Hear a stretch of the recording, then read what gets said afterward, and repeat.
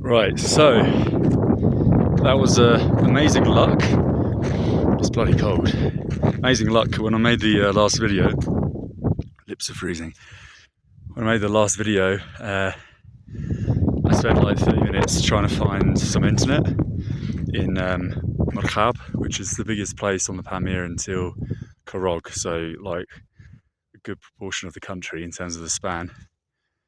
And yeah, I just couldn't. Some Dutch people hotspotted me. It still wouldn't work. I couldn't download my eSIM on the hotspot. I think it has to be like consistent conventional Wi-Fi. So I was walking through the streets, managed to connect to someone's random home internet that was just open for a little bit. Got some messages through, but still couldn't stay connected enough to get my eSIMs working. And then yeah, literally just started walking down the road, and this guy picked me up in his car. It was really weird actually because it's like a forklift, not a forklift, like a flatbed truck with his kid in the back and his mate in the front. And there was a Russian lady that I actually walked past who was very well dressed. Like, I had no idea what she was doing there. It's not a kind of place you see Russians, even though Russians are quite prevalent in Central Asia. Pamir, Mahab is really not a place you'd expect to see quite a dapper old lady. And yeah, she got out of the car. And the guy was like, you get in the middle seat. And I got in the middle and it was like so tight. She just said, no, don't worry about it. And she just left his vehicle. So I don't know if he lost business because of that, or if he was just giving her a free ride, because he was a really nice guy. He lived in London for 6 months as well and spoke a little bit of English. I have no idea how you come across people in the middle of the Tajik wilderness. This is literally where I am right now. He's dropped me at the junction. He's going to go further, but I'm taking the Wakhan corridor, which is an area of land both in Afghanistan and Tajikistan, but the Tajik Wakhan is literally skirting the border to the point where you can actually see Afghans on the other side of the river at certain points. So I'm taking that route, and that route goes through this pass.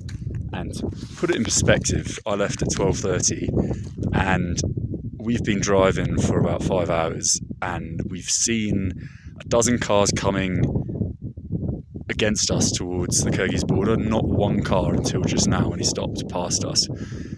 So I'm obviously going to have to pitch a tent, but I think this goes up to like 3,700, 3,800.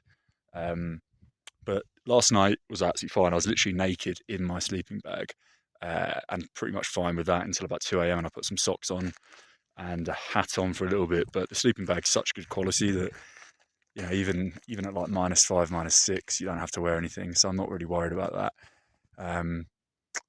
Yeah, pretty much that's it. I was surprised as well. I saw quite a few internet towers along the way in the middle of nowhere, not even adjoined to like any hamsteds or villages. Just brand new wind and solar powered telecommunications towers. So if I did have internet, it would be quite nice. But yeah, it is what it is. They were so nice though, like I literally can't get over it.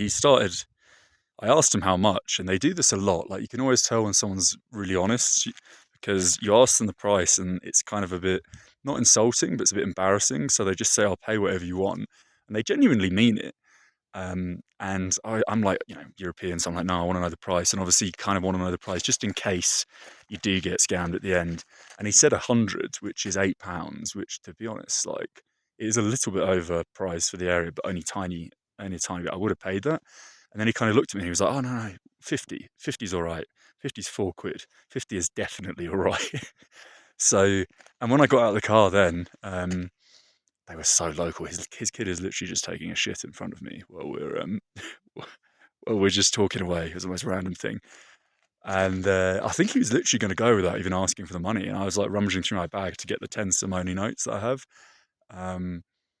And yeah, just like a super nice guy, but clearly Afghan. Like, he doesn't look Tajik at all. I mean, I know there's, you know, a lot of ethnic similarity, especially on the border, but he looks very Afghan. And also the 6-month stint in London, I'm thinking maybe ex-Afghan military or maybe ex-refugee. I mean, getting to London, it's really not something that most people out in here are going to have an opportunity for. So didn't get a chance to ask him, but interesting. Let's get going. What have I got on me? I've got a box of raisins. I've got a quarter stale loaf. I've got a bag of pistachios. I've got a bag of dates. I've got 2 apples and 3 chunky oranges. 2 1.5 litre waters. That should be sufficient. And I'm excited. Let's get out there.